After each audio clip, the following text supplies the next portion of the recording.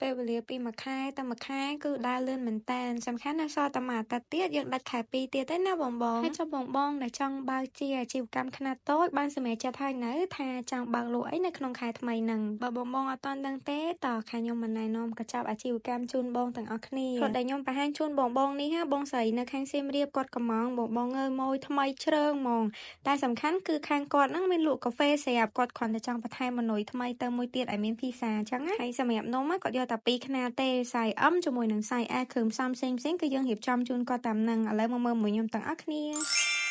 ចូលមកដំបងគេនេះចង់បង្ហាញបងជាមួយនឹងប្រភេទសម្ភារៈអញ្ចឹងនៅក្នុងហ្នឹងយើងមានវែកធំមានជក់មានដែលឈូហ៊ុនតូចហើយដែលឈូនេះបងអាចដូរយកហ៊ុនធំបានដូចគ្នាណាបងហើយក្បិតកាត់ក៏យើងដាក់ធំជូនដែរនិយាយទៅអានេះយើងកាត់បានគ្រប់ខ្សែហ្មងតាមបាត់មួយភិកច្រើនណាស់អត់ដែលចាប់អារម្មណ៍មួយអៀមទេណាបងតែបងស្រីនេះគាត់យកអៀមទៅមួយដែរហើយយើងមានឆ្នាំងមានដបមុខមួយឲ្យគាត់3បងឃើញអាពណ៌សខ្ញុំច្អល់នេះអានឹងយើងផលសម្រាប់ចាក់មួយសោះដោយសារអីមុខវារៀងធំអញ្ចឹងនៅក្នុងភីសាសោះហ្នឹងមានកតិចដូចខ្ទឹមអីចឹងទៅអញ្ចឹងយើងចាក់អាហ្នឹងទៅអត់ស្ទះហា2ទៀតប្រើចាក់ម៉ាយ៉ូណេសបានចំពោះកំប៉ុងនេះបងអាសាសួរដែរថាយកចាក់មួយអីបងអានឹងយើងប្រើជាមួយនឹងអូរីកាណូរយពេលភីសាឆ្អិនហើយនេះសម្រាប់នំ2ខ្នាតមានសាយ S និងសាយ M មកមុខចំនួន20នំ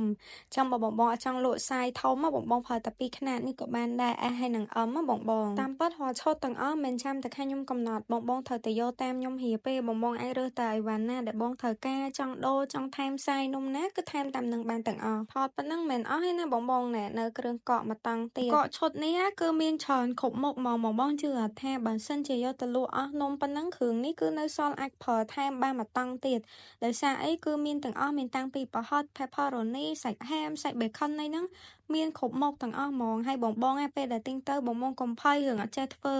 បងទិញជាឈុតអញ្ចឹងគឺខាងខ្ញុំនឹងមានវីដេអូបរៀនជូនបងតែជាគ្រឿងផ្សំដែលមាននៅក្នុងឈុតហ្នឹងទាំងអស់ហើយសំខាន់ប្រភេទសាច់ bacon អីនេះបងយើងមិនប្រើបានតែជាមួយភីសាបើសិនជាបងលក់សាំងវិចស្រាប់ហើយគឺយកសាច់នេះទៅធ្វើមួយសាំងវិចបានដូចគ្នាគឺចំណេញហ្មងកាលមុនភ្ញៀវភ័យពេលដែលទិញទៅនឹងដាក់ថង់ប៉ុណ្ណាឲ្យចាឥឡូវមានទាំងថង់នៅក្នុងនឹងឲ្យទៀតបងអាថង់ទូចថង់ធំនេះគឺច្រកបានទាំងពីរសាយនឹងហ្មងហើយសម្រាប់กระดาษនេះបងអាចប្រើទ្រាប់បាតនំពេលដែលដុតនំឆ្អិនបើសិនជាបងអត់ចង់ដាក់វាទាំងនំតទេអាចប្រើกระดาษនេះទ្រាប់សិនហើយយើងដាក់នំតាមក្រោយបានមួយវិញទៀតបងសម្រាប់បងតាមបើកលក់ថ្មីហើយអត់ទាន់មានដើមច្រើនបងអាចពិភាក្សាជាមួយនឹងខាងខ្ញុំបាននិយាយទៅបងចង់បានត្រឹមតម្លៃប៉ុណ្ណាបងចង់ឲ្យខាងខ្ញុំលៃប៉ុណ្ណាគឺអាចរៀបចំជូនបងបានទាំងអស់មិនចាំបាច់តតែបងមានដើមច្រើនបានបងហ៊ានបើកលក់អីអត់ទេបងមានដើមប៉ុណ្ណាខាងខ្ញុំអាចរៀបចំជូនមកល្មមឲ្យបងយកទៅបើកលក់បានតាមនឹងធម្មតាទេបងតែមួយថ្មីដបងអត់ទាន់ដែលធ្លាប់សាក់លក់អីហ្នឹងគឺគាត់ចេះតែខ្លាចហើយខ្លាចចាយដើមច្រើនទៅគាត់អត់ធ្វើបានគាត់លក់អត់បានអីចឹងណាបង